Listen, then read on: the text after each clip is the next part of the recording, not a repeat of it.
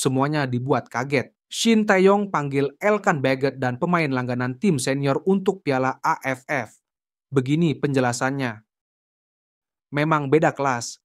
Pengakuan mengejutkan mantan pemain timnas Malaysia soal perbedaan kualitas sepak bola Indonesia dengan Malaysia. Ikut bangga dengarnya.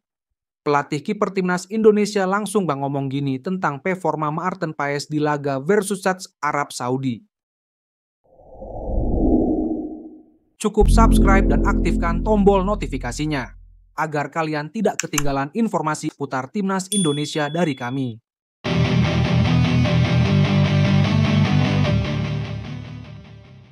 Mengejutkan, Shin Tae-yong beri kode panggil pemain langganan tim senior untuk main di turnamen AFF 2024. Pelatih timnas Indonesia, Shin Tae-yong akan memanggil Justin Hubner, Ivar Jenner, dan Rafael Struijk untuk memperkuat skuad Garuda di ASEAN Mitsubishi Electric Cup 2024 yang berlangsung pada 8 Desember 2024 hingga 5 Januari 2025.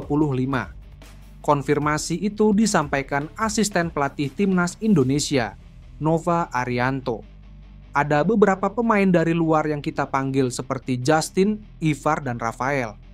Kita lihat situasinya apakah diizinkan klubnya atau tidak, kata Nova Arianto. Harapan saya, Shin Tae-yong bisa memanggil Elkan Baggett setidaknya untuk main di Piala AFF. Pasalnya ini menjadi momentum tepat untuk sang pemain mendapat kepercayaan lagi di timnas Indonesia. Gimana menurut kalian guys?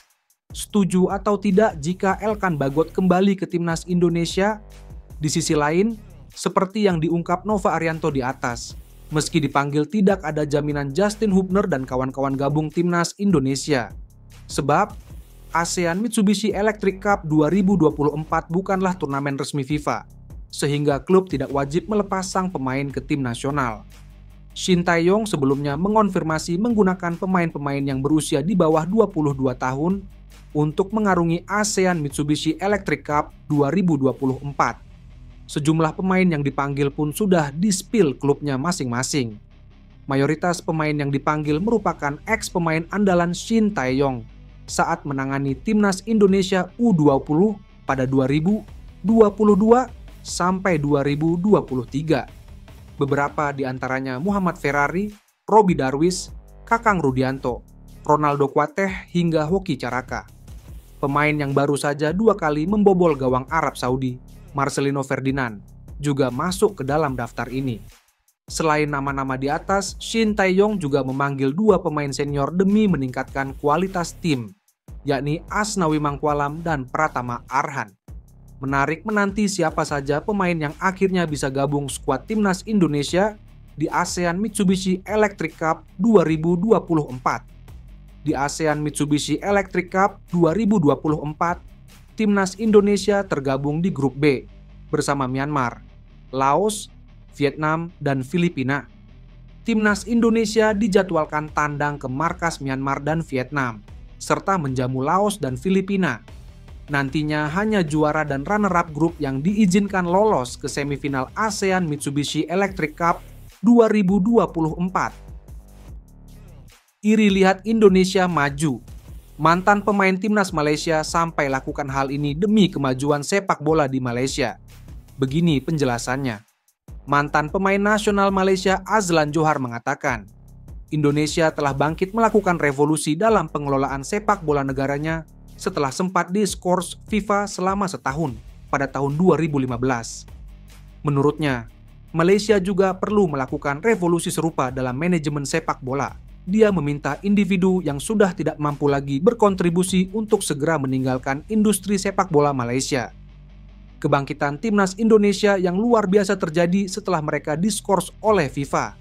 Setelah itu mereka menyadari kesalahannya, lalu pemerintah dan beberapa individu yang tertarik dengan sepak bola di Indonesia mengubah haluannya. Ujar Azlan, sebagaimana dikaporkan media Malaysia, Sinar Harian. Striker timnas Malaysia era 1983 sampai 1987 itu menambahkan, Indonesia memilih manajemen yang benar-benar tertarik dengan sepak bola dan tidak punya kepentingan lain. Kita bisa lihat bagaimana mereka berupaya meningkatkan level sepak bola di negaranya. Dari situlah dimulainya sketsa baru sepak bola di Indonesia, termasuk liga mereka yang semakin meningkat. Oleh karena itu, saran saya bagi para pengurus industri sepak bola di Malaysia yang sudah tidak relevan lagi, beranikan diri meninggalkan panggung jika sudah tidak bisa berkontribusi. Tandasnya, Indonesia juga menorehkan sejarah dengan menjadi tim pertama dari ASEAN yang mampu meraih 6 poin dan mencatatkan kemenangan pertama dari Arab Saudi di putaran ketiga kualifikasi Piala Dunia. Dari Asia Tenggara, sebelumnya hanya Vietnam dan Thailand yang pernah merasakan putaran ketiga kualifikasi. Pada putaran ketiga kualifikasi Piala Dunia 2022, Vietnam hanya mampu meraih total 4 poin dari 10 laga dan menjadi juru kunci grup.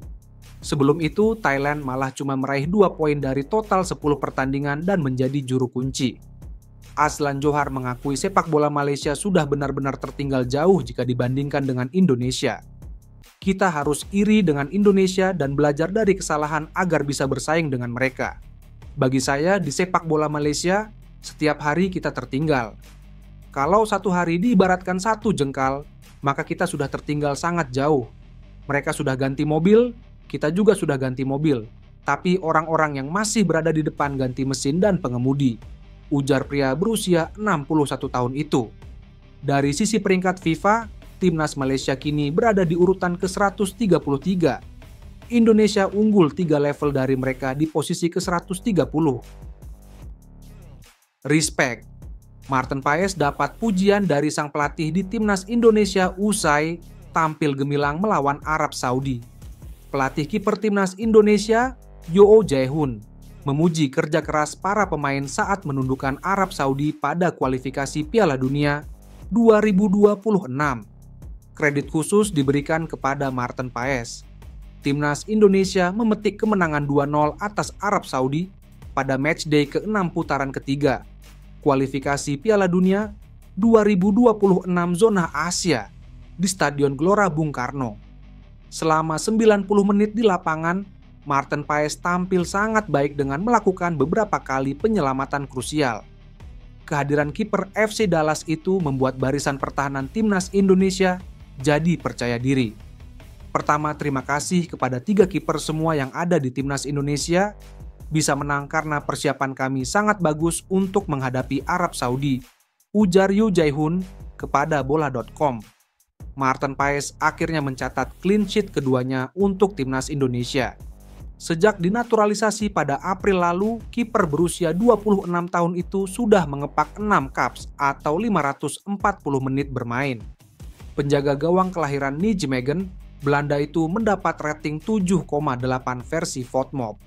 Secara statistik, selain nirbobol, Paes mencatatkan 3 penyelamatan, 5 operan berhasil dari 26 percobaan dengan persentase 19% hingga 13 recoveries.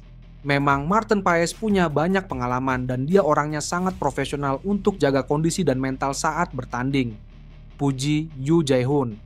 Kemenangan atas Arab Saudi membuat peluang timnas Indonesia lolos ke putaran final Piala Dunia 2026 kembali terbuka. Tim Garuda saat ini bertengger di posisi ketiga klasemen, sementara grup C dengan koleksi 6 angka. Timnas Indonesia akan melakoni 4 pertandingan tersisa di grup C pada tahun depan. 2 partai dimainkan di kandang dengan menjamu Bahrain dan Cina. Kemudian sisanya melawat ke markas Australia serta Jepang. Semoga kita bisa lolos dengan bekal kemenangan semalam, membuat semangat dan motivasi pemain meningkat, kata mantan penjaga gawang Persipura Jayapura tersebut. Masih banyak waktu untuk sampai Maret, tapi saya akan tetap pantau kondisi dan pertandingan mereka di klub. Semoga tidak ada yang cedera dan mendapat jam bermain terus supaya tetap jaga feel of the game, sambung Yoo Jae-hoon.